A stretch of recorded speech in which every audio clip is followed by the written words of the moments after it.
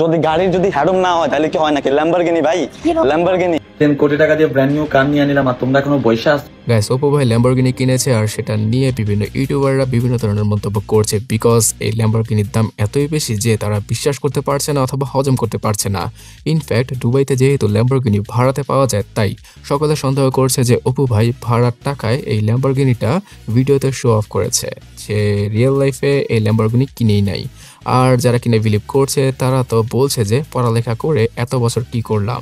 তো তাদেরকে উদ্দেশ্য করে বলি, ভাই অপু ভাই যেই কাজগুলো করেছে আসলে কি আপনি সেই কাজগুলো করতে পারবেন? আপনি আপনার কমফোর্ট জোন থেকে বের হয়ে এই সকল উল্টাপাল্টা কাজ করতে পারবেন? মানুষের ইচ্ছামতো গালি খেতে পারবেন? ইনফ্যাক্ট তার যে ল্যাম্বরগিনির ভিডিওটা রয়েছে ইউটিউবে, সেখানে যদি আপনি কমেন্ট সেকশনটা দেখেন, ইচ্ছামতো নেগেটিভ কমেন্টস আর কমেন্টস। তো এই কমেন্টগুলো আমার ভিডিওতে দেখাতেও লজ্জা লাগছে যে কি পরিমাণে মানুষ গালিগালাজ করে অপুকে। তাছাড়া তার যে কৃতিকর্ম রয়েছে, সে এই চুলের স্টাইলের জন্য বিভিন্নভাবে হেনস্থা হয়েছে। তার পাশাপাশি সে কিন্তু জেলে পর্যন্ত গিয়েছে এই হাবলামি করার জন্য। সো এই ধরনের কাজ হয়তো সকলে করতে পারবে না, আর যারা কিনা করছে তাদের মধ্যে অপুর মতো দুই একজন টাকা কামাতে পারে অথবা সো কল সাকসেস কামাতে পারে।